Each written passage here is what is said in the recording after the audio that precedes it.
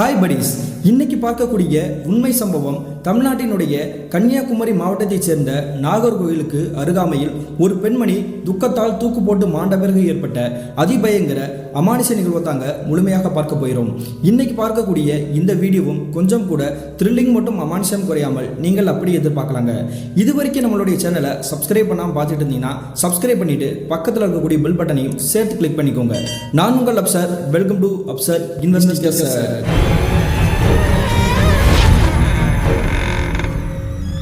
நான் ஏற்கனவே சொன்ன மாதிரி தமிழ்நாட்டினுடைய நாகர்கோவிலுக்கு அருகாமையில் கிட்டத்தட்ட 2005 காலகட்டத்தில் நடந்த ஒரு திகில் நிகழ்வு தாங்க இன்றைய நிகழ்வு.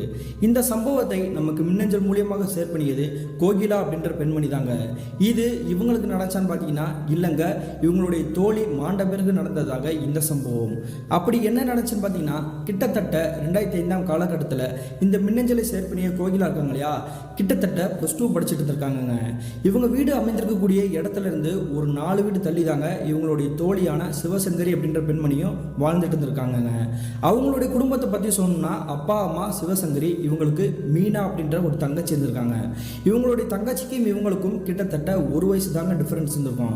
அந்த சமயத்தில் இவங்களுடைய குடும்பம் பொருளாதாரத்தில் பின்தங்கி இருக்கக்கூடிய குடும்பத்தை சேர்ந்தவங்க தாங்க. இவங்களுக்கு ஆதரவாகவோ பக்கவளமாகவோ இருந்தது வேற யாரும் கிடையாதுங்க, இந்த சிவசங்கரியோடைய மாமா தாங்க. அதாவது சிவசங்கரியோடைய அம்மா இருக்காங்க இல்லையா, அவங்களோட கூட பிறந்த தம்பி தாங்க. இவங்களுடைய குடும்பம் ஆரம்பத்தில் கொஞ்சம் மசையாக தான் இருந்திருக்காங்க. ஆனால் இந்த சிவசங்கரியோடைய அப்பா சொந்தமாக தொழில் பண்ணுறேன் அப்படின்ட்டு ஏகப்பட்ட இடத்துல கடன் வாங்கி முடங்கியிருக்காருங்க. அதன் பிறகு சொந்தமாக ஒரு வீடு கூட இல்லாமல் ரொம்ப கஷ்டப்பட்டு இருக்காங்க. அப்படி இவங்க கஷ்டப்படக்கூடிய விஷயத்தை பார்த்த பிறகு இந்த சிவசங்கரியோடைய அம்மாவுடைய கூட பிறந்த தம்பி இருக்காங்க இல்லையா, அவர் தாங்க முன்னாடி உதவி பண்ணியிருக்கிறாருங்க. குறிப்பிட்டு சொல்லணும் அப்படின்னா ஒரு சொந்தமாக ஒரு வீடை கட்டி இவங்களுடைய குடும்பத்தினர் குடித்தனம் வச்சிருக்கிறாருங்க. இந்த சிவசங்கரியோடைய அம்மாவுடைய தம்பி கொஞ்சம் வசதியாக இருக்கக்கூடிய ஒரு நபர் தாங்க. ஏற்கனவே இவங்களும் வசதியாக தானே இருந்திருக்காங்க. ஆனால் அதன் பிறகு தானே கடனால இந்த மாதிரி சூழ்நிலையில மாட்டிக்கிட்டாங்க. அதை கொஞ்சம் கூட மனசுல ஏத்துக்காம நம்ம தன்னுடைய அக்கா குடும்பத்தை கஷ்டப்படுறாங்களே, அதை நம்ம எப்படி கண்கூடா பார்த்துட்டு இருக்கிறது அப்படின்ற மாதிரி தாங்க கஷ்டப்பட்டு அவங்கள நல்லபடியா வச்சுட்டு இருந்திருக்கிறாருங்க. குறிப்பிட்டு சொல்லணும்னா அவங்களுக்கு அன்றாட தேவையா இருக்கக்கூடிய உணவுப் பொருட்கள் மட்டும் இல்லாம இவங்களுடைய 2 மகள் இருக்காங்க இல்லையா, இந்த சிவசங்கரி இந்த மீனா அப்படின்ற பெண்மணிகள், இந்த இருவருடைய படிப்பு செலவுமே இவர் தாங்க ஏத்துட்டு இருந்திருக்காரு. இந்த காட்சி எல்லாமே பார்த்துட்டு இருந்த இந்த சிவசங்கரியோடைய அம்மாவுக்கும் அவங்களுடைய அப்பாவுக்கு மனசே கேட்கலங்க. இவ்வளவு கஷ்டப்பட்டு நம்மளோட குடும்பத்தை பாதுகாத்துட்டு இருக்கிறானே, இவனுக்கு கைமாற நம்ம என்ன செய்ய போறோம் அப்படின்ற மாதிரி தாங்க நினைச்சிட்டு இருக்காங்க. அதன் பிறகு தாங்க அவங்களுக்கே ஒரு விஷயம் தோணி இருக்குது, தன்னுடைய மூத்த மகளான சிவசங்கரிய தன்னுடைய தம்பிக்கே கட்டி கொடுத்துடலாம் அப்படின்ற மாதிரி தாங்க இவங்களுடைய கணவர்கிட்ட கேட்டிருக்காங்க. அப்படி கேட்கும்பொழுது இவங்களுடைய கணவருமே அப்படியே அக்செப்ட் பண்ணிக்கிறாருங்க. அதே மாதிரி தாங்க இந்த சம்பத் அப்படின்ற இவங்களுடைய இந்த சிவசங்கரியோடைய மாமா இருக்கார் இல்லையா, அவர்கிட்டையும் போய் விஷயத்தை சொல்லிக்கிறாங்க. சொன்னதுக்கு பிறகு அவர் ஃபர்ஸ்ட் ஆரம்பத்தில் ஒத்துக்கலங்க, ஆனால் அதன் பிறகு ஏற்றுக்கிட்டாரு. அதே மாதிரி இந்த சிவசங்கரி மேலே காதல் வயப்பட்டு இவ்வளோ கட்டினா தான் கட்டணும், இவ கூட தான் வாழணும் அப்படின்ற மாதிரி தாங்க உறுதியாக இருந்திருக்காருங்க. ஆனால் இந்த சிவசங்கரியை பொறுத்த வரைக்கும் இவங்களுடைய மாமாவான இந்த சம்பத்தை பார்த்தாலே பிடிக்காதுங்க. நீங்கள் எல்லாருமே நினைக்கலாம், இவங்களை நல்லபடியாக படிக்க வைக்கிறது மட்டும் இல்லாமல் இவங்களுடைய குடும்பத்தினருக்கு சொந்தமாக ஒரு வீடு கட்டி கொடுத்து எல்லாத்தையுமே பார்த்துக்கிறதே அவர் தான். ஆனால் ஏன் பிடிக்கல அப்படின்ற மாதிரி நினைப்பீங்க. ஆனால் அதுக்கு ஒரு முக்கியமான காரணம் இருக்குது. அது என்ன காரணம் பார்த்தீங்கன்னா, இந்த சம்பவத்தை பொறுத்த வரைக்கும் கிட்டத்தட்ட ஒரு 10 வயசு டிஃபரன்ஸ் இருந்திருக்குங்க இந்த சிவசங்கரிக்கும் அவருக்கும். அது மட்டும் இல்லாமல் இவருக்கும் இவருடைய வீட்டில் இருக்கக்கூடிய வேலை பார்க்கக்கூடிய ஒரு பெண்மணி இருக்காங்க இல்லையா, இருவருமே பழக்கம் ஏற்பட்டுருக்குதுங்க. அது அந்த கிராமத்தில் இருக்கக்கூடிய 3/4 பேருக்கு தெரிஞ்சிருக்குது. அதனால தாங்க இந்த சிவசங்கரிக்கு பார்த்தாலே பிடிக்காம எப்போ பார்த்தாலும் எரிஞ்சு தாங்க விழுந்துட்டு இருக்காங்க. இப்படியே போயிட்டு இருக்கும்போது தாங்க இவங்களுடைய அப்பா அம்மா நீ அவனை தான் கட்டி ஆகணும், அவன் தான் நம்மளுடைய குடும்பத்தை பார்த்துக்கிறது, உன்னுடைய +2 படிப்பு முடிஞ்ச உடனே கல்யாணத்தை வச்சுக்குவோம் அப்படின்ற மாதிரி தாங்க சொல்லிக்கிறாங்க. ஆனால் இந்த சிவசங்கரி இந்த விஷயத்தை கொஞ்சம் கூட ஏற்றுக்கவே இல்லைங்க.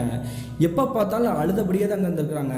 இப்படி தன்னுடைய வாழ்க்கை ரொம்ப கஷ்டமான சூழ்நிலை இருக்குதே, நம்ம எப்படி தப்பிக்க போகிறோம் அப்படின்ற மாதிரி தாங்க நினச்சி வருத்தத்தோட இவங்களுடைய தோழியான கோகிலா கிட்ட ஷேர் பண்ணியிருக்கிறாங்க. அந்த சமயத்தில் தாங்க தோராயமாக ஒரு நாள் இந்த சிவசங்கரி +2 படிக்கிறதுக்கான அந்த ஃபைனல் எக்ஸாம் இருக்கும் இல்லையா, அதை முடிச்சுட்டு இவங்களுடைய வீட்டுக்கு திரும்பி வந்துட்டு இருக்கிறாங்க. அப்படி திரும்பி வந்துட்டு இருக்கும் பொழுதே தூரத்துலேருந்து ஏதோ ஒரு பைக் பக்கத்தில் நெருங்கி வர மாதிரி தெரியுதுங்க. அந்த பைக்கை ஓட்டிட்டு வரக்கூடிய நபர் வேற யாரும் கிடையாதுங்க, இவங்களுடைய மாமாவான சம்பத் தான்.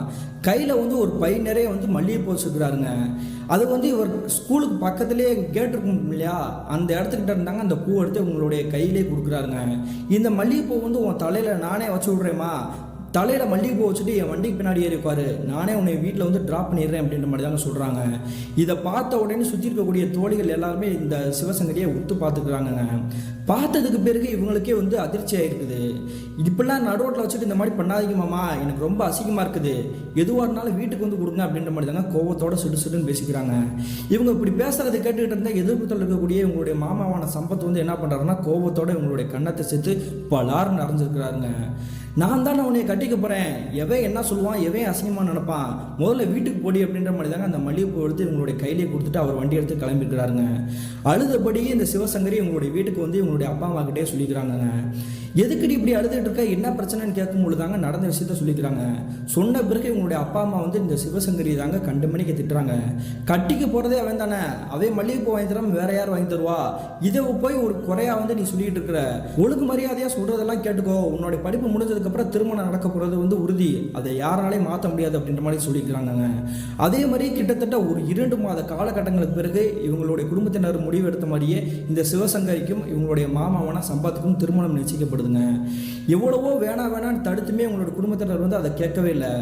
அதுக்கு மீறி வந்து நான் தற்கொலை பண்ணிப்பேன் அப்படின்ற மாதிரி தாங்க இந்த சிவசங்கரி வந்து பிளாக்மெயில் பண்ணிக்கிறாங்க. இவங்க பிளாக்மெயில் பண்ணுறதை பார்த்துட்டு இருந்தால் இவங்களுடைய அப்பா அம்மா வந்து என்ன சொல்லிக்கிறாங்கன்னா, நீ செத்து போயிடுவோம் அப்படின்னா நாங்களும் செத்து போயிடுவோம், நீ இல்லை அப்படின்னா வந்துட்டு நாங்கள் வந்து நிம்மதியாக இருக்க முடியும்னு நினச்சியா, எங்களுக்கு இருக்கக்கூடிய அந்த வீடு வந்து உன்னுடைய மாமாவுடைய வீடு தான், அந்த வீடை வந்து அவன் திரும்ப வாங்கிக்குவான், அதனால நாங்கள் என்ன பண்ணுவோம், ரோட்டில் வந்து லாரியாக நாங்கள் அடிபட்டு தான் சாவோம், இது எல்லாமே பார்த்துட்டு சந்தோஷப்படுவோம் அப்படின்னா நீ சொல்கிறது வந்து நாங்கள் ஏற்றுக்கிறோம் அப்படின்ற மாதிரி தாங்க இவங்க வருத்தத்தோடு பேசிக்கிறாங்க.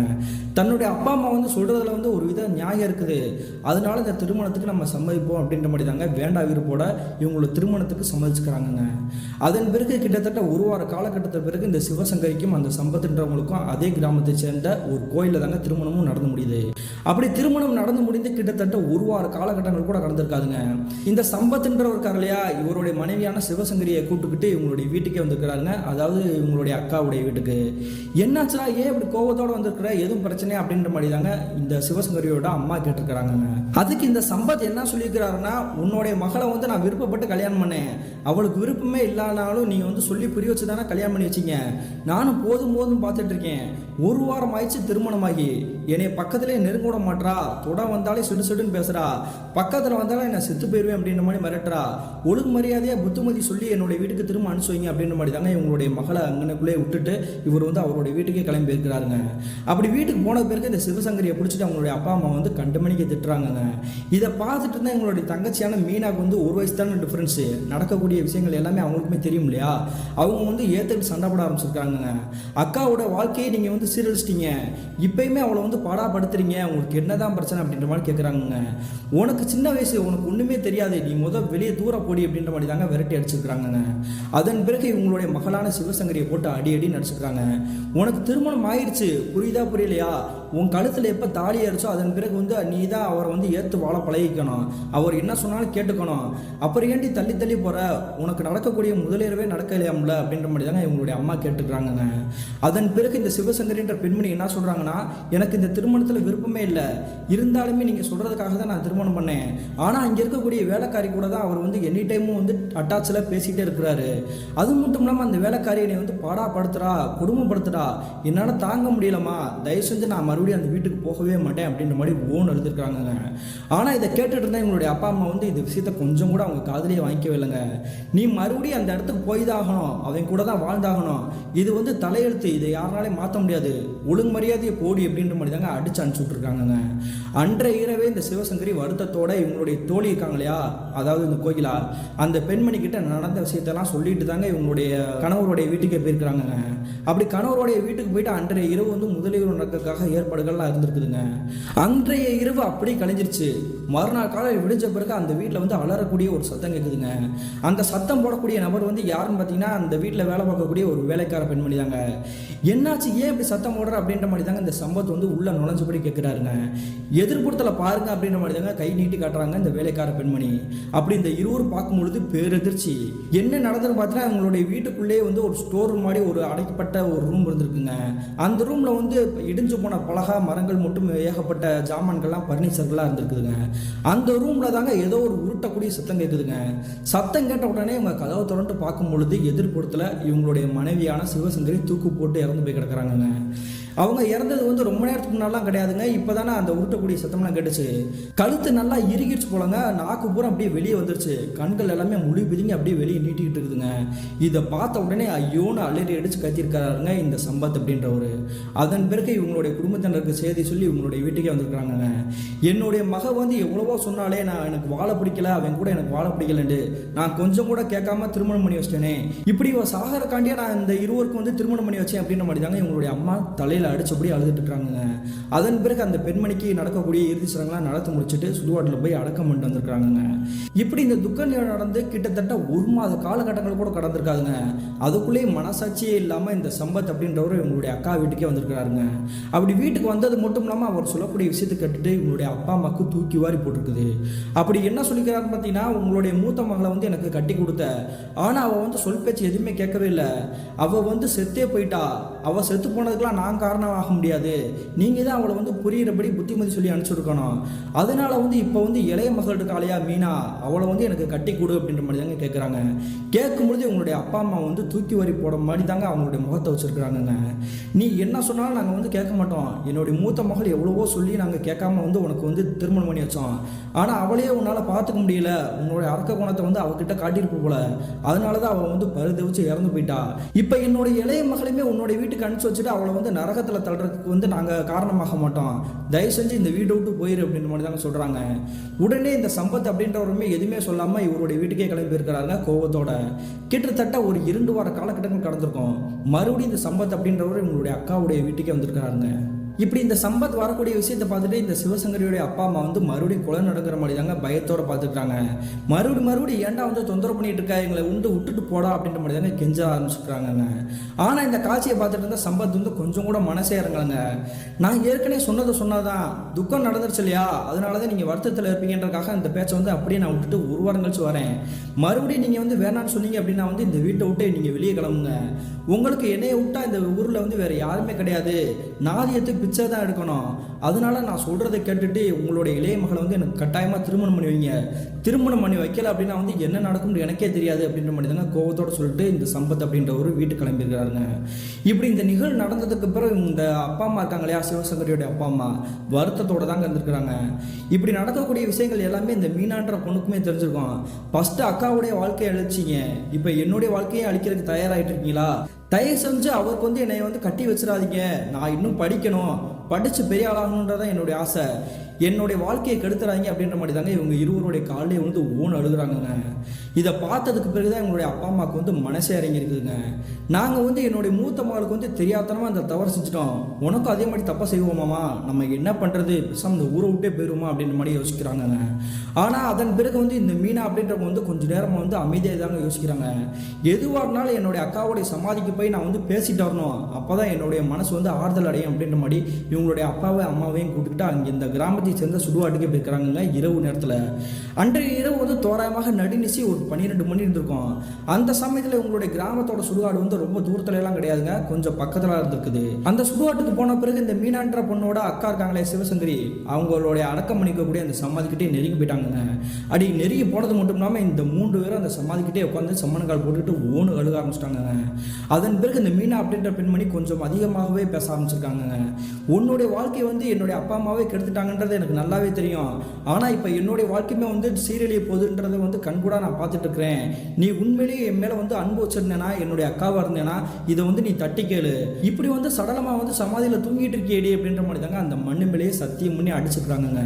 நீ உண்மையிலேயே என் மேலே பாசம் வச்சிருந்தேனா இந்த இடத்த விட்டு நீ வந்து வெளியே வா, அவனை வந்து ஏதாவது ஒரு உண்டியிலேன்னு வழி பண்ணு அப்படின்ற மாதிரி தாங்க அழுதபடி சத்தியம் பண்ணிக்கிறாங்க. அதன் பிறகு இவங்களுடைய அப்பா அம்மா வந்து என்ன சொல்லிக்கிறாங்கன்னா, அப்பெல்லாம் ஒன்றும் நடக்காதுமா, இது வந்து நம்ம தலையெழுத்து, நம்ம வேற ஏதாவது ஒன்று யோசிக்கலாம் அப்படின்ற மாதிரி தானே இவங்களுடைய மகளை கூட்டிட்டு இவங்களுடைய வீட்டுக்கே கிளம்பி வந்திருக்காங்க. இப்படி இந்த நிகழ்வு நடந்து கிட்டத்தட்ட 1 நாள் கூட கடந்திருக்காது. அன்றைய காலை பொழுது தோராயமாக ஒரு 10 மணி இருந்திருக்கும். அந்த சமயத்தில் இந்த சம்பத்தோடைய வீட்டில் வேலை பார்க்கக்கூடிய அந்த வேலைக்கார பெண்மணி இருக்காங்க இல்லையா, அவங்களுடைய கிரைண்டில் ஏதோ ஒரு மாவு போட்டு தாங்க அரைச்சிட்டு இருந்திருக்காங்க. அந்த சமயத்தில் அவங்களுடைய தலைமுடி வந்து அந்த கிரைண்டுக்குள்ளே சிக்கிக்கிட்டு கதறி அழுது இருக்காங்க. என்னாச்சு, உள்ளுக்குள்ள இருந்து வீட்டுக்குள்ள யாரோ கத்துற மாதிரி சத்தம் கேட்குது அப்படின்ற மாதிரி தாங்க வெளியே இருக்கக்கூடிய ஆட்கள் வந்து உள்ள வந்து எட்டி எட்டி பார்க்குறாங்க. அப்படி பார்க்கும் பொழுது அங்கே இருக்கக்கூடிய நபர்கள் எல்லாருக்குமே வந்து பேரதிர்ச்சி. என்ன நடந்திருக்குன்னு பார்த்தீங்கன்னா, அந்த வேலைக்கார பெண்மணி இருக்காங்களே சம்பத் வீட்டில், அந்த பெண்மணி வந்து கிரைண்டருக்குள்ளேயே மண்டையை விட்டபடி தாங்க இருந்திருக்காங்க. அது மட்டும் இல்லாமல் தலையில் வந்து பயங்கரமாக அடிபட்டு ரத்தம் வந்து அங்கங்கே வந்து செதறி போய் கிடந்திருக்குது. கஷ்டப்பட்டு அந்த சுவிட்சை அமர்த்திட்டு அந்த பெண்மணி வந்து அவசரமாக தூக்கிக்கிட்டு மருத்துவமனையில் கொண்டு போய் சேர்த்துருக்காங்கங்க. அப்படி மருத்துவமனையில் கொண்டு போய் சேர்த்து கிட்டத்தட்ட ஒரு மணி நேரத்துக்கு பிறகு தாங்க இந்த சம்பத்திக்கு செய்தி தேடி வருது. உடனே அவசரமாக அந்த மருத்துவமனையுமே ஓடி போய் பார்த்துருக்காங்க. அதன் பிறகு அங்கே இருக்கக்கூடிய மருத்துவர்கள் என்ன சொல்கிறாங்கன்னா, கிரைண்டருக்குள்ளே வந்து தலைமுடி சிக்கிருச்சு போல, அதனால தலையில் பலமாக அடிபட்டிருக்குது, ரொம்ப கஷ்டப்பட்டுக்கிட்டு இருக்காங்க, கிட்டத்தட்ட ஒரு 3 மணி நேரம் சிகிச்சைக்கு பிறகு தான் நாங்கள் எதாக இருந்தாலும் சொல்ல முடியும் அப்படின்ற மாதிரி தாங்க சொல்லிக்கிறாங்க. அதே மாதிரி கிட்டத்தட்ட ஒரு 3 மணி நேரத்துக்கு பிறகு தாங்க அங்கே இருக்கக்கூடிய மருத்துவர்கள் நீங்கள் ஏதாவது பேசணும்னா உள்ளே போய் பேசலாம் அப்படின்ற மாதிரி சொல்லிக்கிறாங்க. அதே மாதிரி இந்த சம்பத் அப்படின்றவர் வந்து அந்த மருத்துவமனைக்குள்ளே நுழைஞ்சு போயிட்டாருங்க. அந்த வேலைக்கார பெண்மணி பற்றி ஒரு விஷயம் சொல்ல மாட்டேன். அந்த பெண்மணிக்கு வந்து திருமணமாகி கணவர் இருக்காருங்க, குழந்தை மட்டும் கிடையாது. அவங்களுடைய கணவர் வந்து தினமும் குடிக்கக்கூடிய நபர் தாங்க. இந்த சம்பவத்துடைய வீட்டுக்கு வந்து எப்போ வேலைக்காரியாக வந்து ஜாயின் பண்ணாங்களோ இருவருக்குமே வந்து பழக்கம் ஏற்பட்டுருக்குதுங்க. இவங்க இருவருடைய பழக்கம் வந்து அந்த கிராமத்தில் இருக்கக்கூடிய ஏற்கனவே சொன்ன மாதிரி 3/4 பேருக்கு தெரிஞ்சிருக்கும்.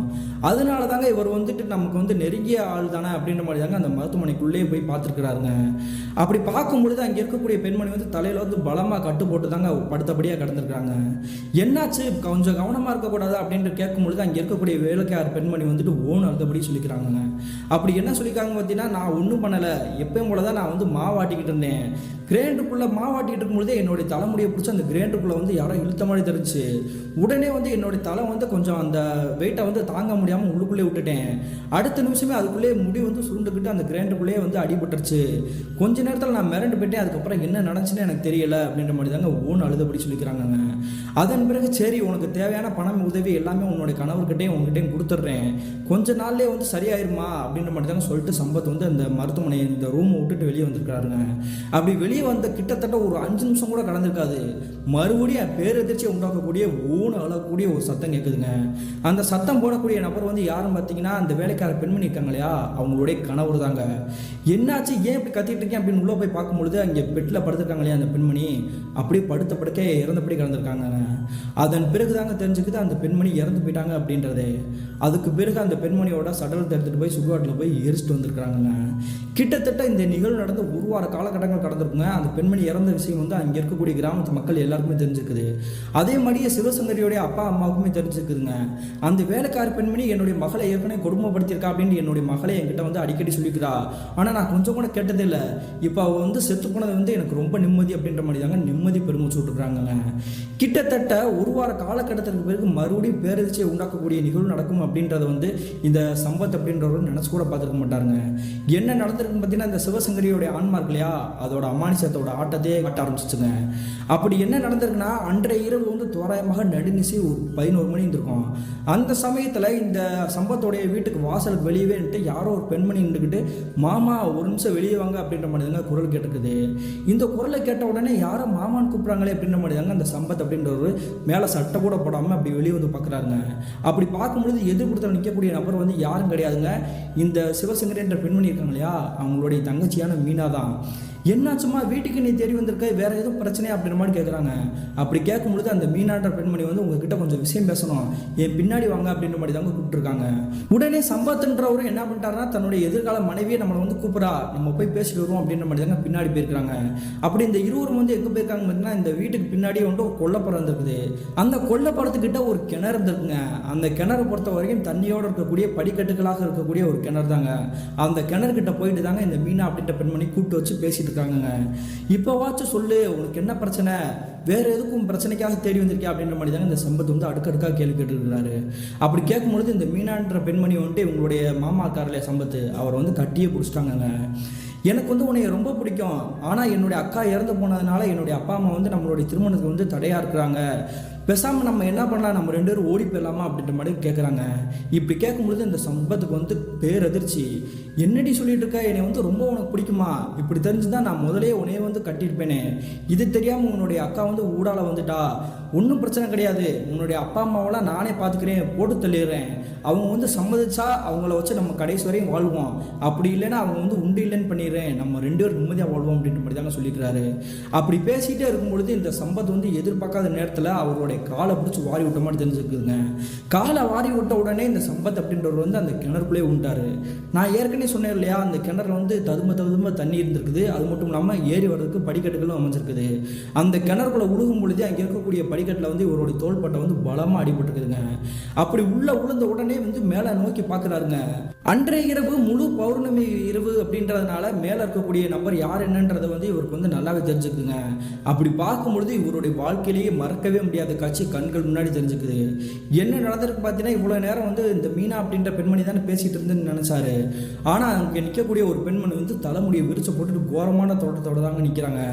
அது மட்டும் இல்லாமல் அங்கே நிற்கக்கூடிய பெண்மணி வந்து அப்படியே தத்துரூபமாக தெரிஞ்சுருக்காங்க. அது வேறு யாரும் கிடையாதுங்க, இந்த சிவசங்கரி அப்படின்ற பெண்மணியோட ஆன்மா தாங்க. இதை பார்த்த உடனே அலறி அடிச்சுட்டு ஆணு கத்தியிருக்கிறாருங்க.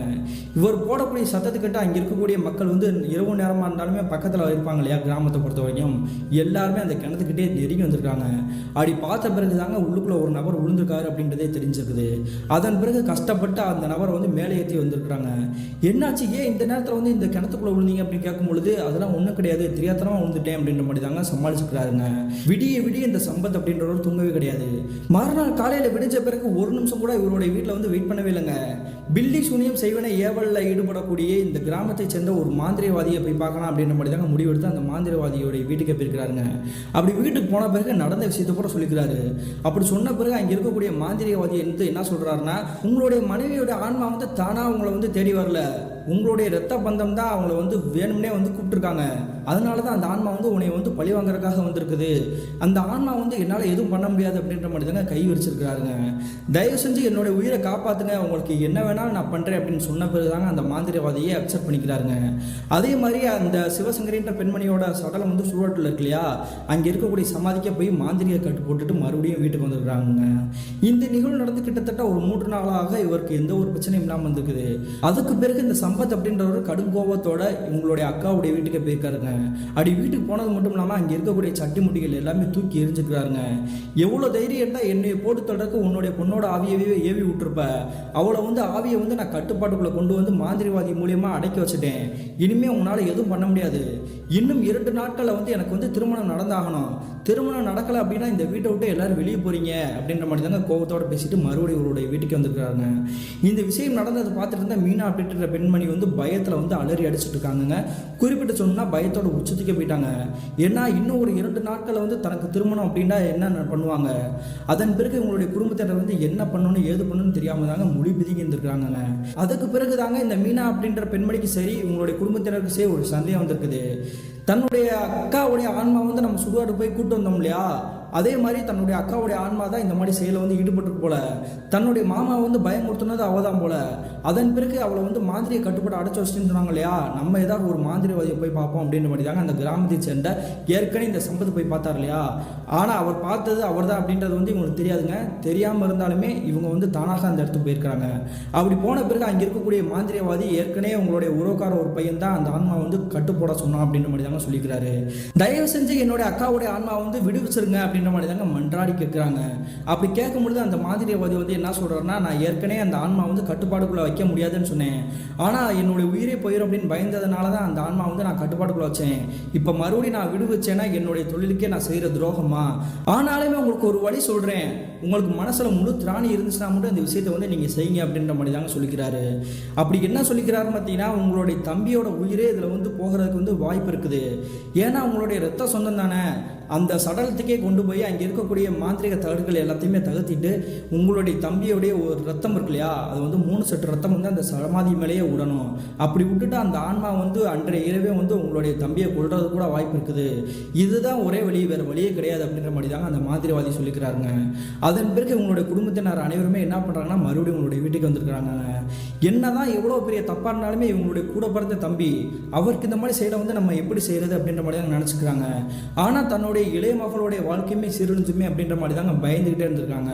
ஒரு கட்டத்துக்கு பிறகு இந்த மீனா அப்படின்ற பெண்மணியே அவருடைய ரத்தத்தை நானே கொண்டு வரேன் அப்படின்ற மாதிரி தாங்க சபதம் போட்டிருக்கிறாங்க. அதே மாதிரி அன்றைய இரவு ஏற்கனவே நடுநீசி நேரத்தை 11 மணிக்கு ஆன்மா ரூபத்தில் வந்து போச்சு இல்லையா. ஆனால் இந்த முறை வந்து மீனாவே நேரடியாக இவங்களுடைய மாமாவுடைய வீட்டுக்கு போயிருக்கிறாங்க. அப்படி போன பிறகு உங்களுடைய மாமா கிட்ட பேச்சு கொடுத்துருக்காங்க. நம்ம 2 பேரும் திருமணம் பண்ணிக்கலாம், நான் வந்து அக்செப்ட் பண்ணிக்கிறேன் அப்படின்ற மாதிரி சொல்கிறாங்க. ஆனால் அந்த சம்பத் அப்படின்றவர் வந்து என்ன நினச்சிட்டாருன்னா, இதுவுமே வந்து ஆன்மாவாக தான் இருக்கும் அப்படின்ற மாதிரி மாதிரி தாங்க அடிக்க வந்திருக்கிறாருங்க. அதன் பிறகு தாங்க தெரிஞ்சுக்குது உண்மையிலேயே இந்த மீனா அப்படின்ற பெண்மணி வந்து நம்ம வீட்டுக்கு தேடி வந்திருக்கா அப்படின்ட்டு. அப்படி இந்த இருவர் பேசிகிட்டே இருக்கும்பொழுது இந்த மீனாட்ட பெண்மணி வந்து கையில் வந்து ஒரு கேரட் காய்கறிகள்லாம் நறுக்குவோம் இல்லையா, அந்த மாதிரி தாங்க கையில் ஒரு கத்தி வச்சுருக்காங்க. அந்த கத்தி எடுத்துகிட்டு இவங்களுடைய மாமாவுடைய கையிலே கீறி விட்டுருக்காங்க. கீறி விட்ட உடனே அவருடைய கையிலேருந்து ரத்தம் வந்து சொட்ட சொட்ட அப்படி கீழே நனைஞ்சிருக்குதுங்க. அதில் இருக்கக்கூடிய ரத்தத்தை பூரா ஒரு பிளாஸ்டிக் கவரில் போட்டு எடுத்துட்டு திட்டுன்னு ஓடி வந்திருக்காங்க இவங்களுடைய வீட்டுக்கு. எதுக்கு இப்படி பண்ணுறான்றதே தெரியாமல் இந்த சம்பத்தை அப்படின்றவர் வந்து குழப்பத்தோடு தாங்க அவர் கையில் கட்டை போட்டுட்டு வீட்டில் உட்காந்துருக்கிறாங்க. அப்படி ரத்தத்தை கொண்டு வந்த பிறகு இவங்களோட குடும்பத்தினர்கிட்ட சொல்லிட்டு அந்த சுடுகாட்டுக்கே போயிருக்கிறாங்க. அப்படி சுடுகாட்டுக்கு போயிட்டு அந்த ரத்தத்தை வந்து அந்த சமாதி மேலேயே வந்து ஊற்றி விட்டுருக்காங்க. என்னுடைய வாழ்க்கையை பறிபெயரும் போல நீ தான் ஏதாவது ஒரு வழி சொல்லணும் அப்படின்ற மாதிரி தாங்க இந்த மீனான்ற பெண்மணி வந்து இவங்களுடைய அக்காவுடைய சடலம் இருக்கக்கூடிய அந்த சமாதியில் உட்காந்தபடி அழுதபடியே பேசிக்கிறாங்க. கிட்டத்தட்ட ஒரு 10 நிமிஷம் கடந்திருக்கும். அங்கே இருக்கக்கூடிய மரங்கள் எல்லாமே வந்து ஒரு சேர அடிச்சிருக்குதுங்க. இவங்க உட்காந்துருக்கக்கூடிய காட்சியை பார்த்துட்டு 100 மீட்டர் தள்ளி யாரோ ஒரு நபர் வந்து யார் நீங்கள் என்ன பண்ணுறீங்க அப்படின்ற மாதிரி தாங்க நெருங்கி வந்துருக்காங்க. அப்படி நெருங்கி வந்திருக்கக்கூடிய நபர் வந்து வேறு யாரும் கிடையாதுங்க, அந்த சுடுகாட்டை சேர்ந்த சுடுகாட்டு ஊழியர் தாங்க. உடனே வந்து இவங்க நடந்த விஷயத்தை கூட சொல்லலாம்னு நினைக்கிறாங்க. ஒருவேளை ஒரு ஊருக்குள்ளே சொல்லிட்டா என்ன பண்ணுறது அப்படின்ற மாதிரி தாங்க பயத்தோடு இருந்திருக்காங்க. ஆனால் அதன் பிறகு அங்கே இருக்கக்கூடிய மீனா அப்படின்ற பெண்மணியை அழுதபடியே நடந்த விஷயத்தை கூட சொல்லிக்கிறாங்க. இந்த மாதிரி மாந்திரியவாதி சொன்னார், அதனால தான் அப்படி செஞ்சுட்டு இருக்கோம், தயவு செஞ்சு இப்படி நடக்கக்கூடிய விஷயத்தை வந்து யார்ட்டையும் சொல்லிடாதீங்க அப்படின்ற மாதிரி தாங்க ஓன் அழுதபடி கேட்டுருக்காங்க. இதை பார்த்துட்டு இருந்தால் அந்த சுடுகாட்டு ஊழியருக்கே வந்து மனசு கேட்காம நான் யார்கிட்ட எதுவும் சொல்ல மாட்டேன், உங்களுடைய நம்பிக்கையை வந்து நான் கெடுக்க விரும்பலை, நான் கிளம்புறேன் அப்படின்ற மாதிரி தாங்க கிளம்பிக்கிறாரு. அதன் பிறகு தாங்க இவங்க அந்த வேலையெல்லாம் முடிச்சுட்டு கிளம்பி வரலாம் அப்படின்னு நினைக்கும் பொழுது அங்கே இருக்கக்கூடிய மரங்கள் எல்லாமே ஒரு சேர வந்து பேய் காத்தடிச்சா இருக்கும், அந்த மாதிரி தான் அங்கே அசைஞ்சிருக்குது. அதே சமயத்தில் இவங்க நிற்கக்கூடிய இடத்துல இருந்து ஒரு 100 மீட்டர் தள்ளி யாரோ ஒரு நபர் வந்து நிற்கிற மாதிரி தெரியுதுங்க.